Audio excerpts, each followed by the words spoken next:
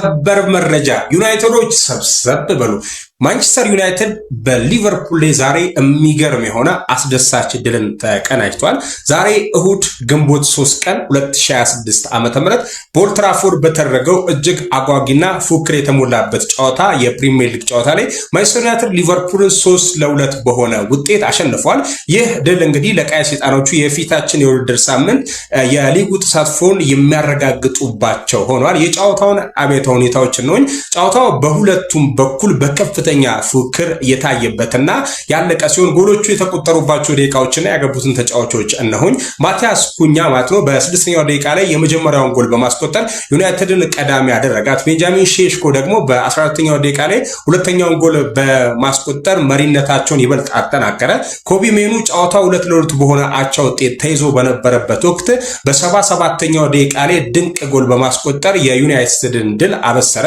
ለሊቨርፑል ደግሞ ዶሚኒክ ሶቤስሊና ከእረፍት መልስ በ47ኛው ደቂቃ ላይ የመጀመሪያውን ጎል አስቆጥሮ ኮዲ ጋክፖ ደግሞ በ56ኛው ደቂቃ ላይ ሁለተኛውን ጎል በማስቆጠር ሊቨርፑል ለጥቂት ጊዜ አቻ አድርጎ የነበረ ቢሆንም የደረጃው ሰንጠረዥ ግን እንደምታውቁ ልንገራችሁ ተሸንፎ 3-2 በሆነ ውጤት አልቋል። ማንቸስተር ዩናይትድ በደረጃ ሰንጠረዥ 3ኛ ደረጃ ላይ በመቀመጥ የሻምፒዮንስ ሊግ ቦታውን አረጋግጧል። ሊቨርፑል በበኩሉ 4ኛ ደረጃ ላይ የሚገኝ ሲሆን ቀሪ ጨዋታዎች ውጤት እንግዲህ ለደረጃው ወሳኝ ይሆናል። ለሊቨርፑል በተለይ ጣቱ ኮቢ ሜኑ በድጋሚ ያስቆጠራት ግብ ትኩስ መረጃን እነሆኝ። ሰር አሌክስ ፈርጉሰን ምን ሆኑ? ዛሬ የማንቸስተር ዩናይትድ እና የሊቨርፑልን ጨዋታ ለማየት ሜዳ ገብተው ስቴዲየም ገብተው የነበሩ አሰልጣኝ ታሞ ሆስፒታል መወሰዳቸው በማህበራዊ ሚዲያ ላይ መነጋገሪያ የሆነ መረጃ ነው። እስኪ ቤቱን ፎሎ አድርጉ፣ ሼር ላይክ በማድረግ ጀምሩት። ሙሉ መረጃውን ላደርሳችሁ። ዛሬ እሁድ ግንቦት 3 ቀን 2026 እንደ አውሮፓውያኑ አቆጣጠር ማለት ነው ሰር አሌክስ ፈርጉሰን በኦልድ ትራፎርድ በሚደረገው የማንቸስተር ዩናይትድ እና የሊቨርፑል ጨዋታ ማለት ነው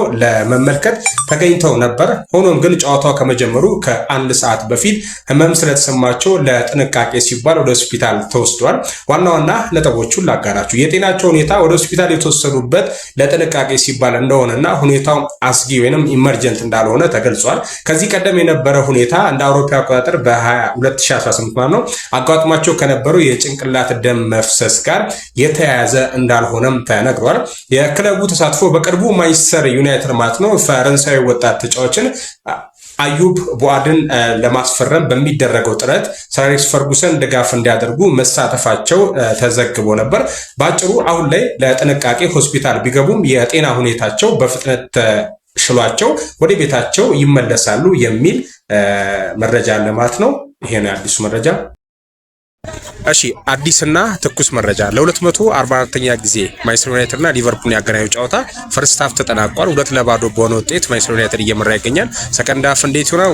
ዩናይትድ ያሸንፋል ወይስ ደግሞ ሊቨርፑል አቻ ሊወጣ ያለውን ግምት እስኪ ኮሜንት ሴክሽን ላይ አጋሩ። ሌላው አሌክስ ፈርጉሰን ከኦልድ ትራፎርድ ዛሬ ታሞ መውጣቱን አዲሱ መረጃ ያወጣ ነው። ሙሉ ትንታኔው መረጃ ቤት ስገባ ውጪ ላይ ያለው ታውን አደርሳችኋለሁ ማለት ነው። ቤቱን ፎርዋርዱ ሼር ደረግ። ቴንክ ዩ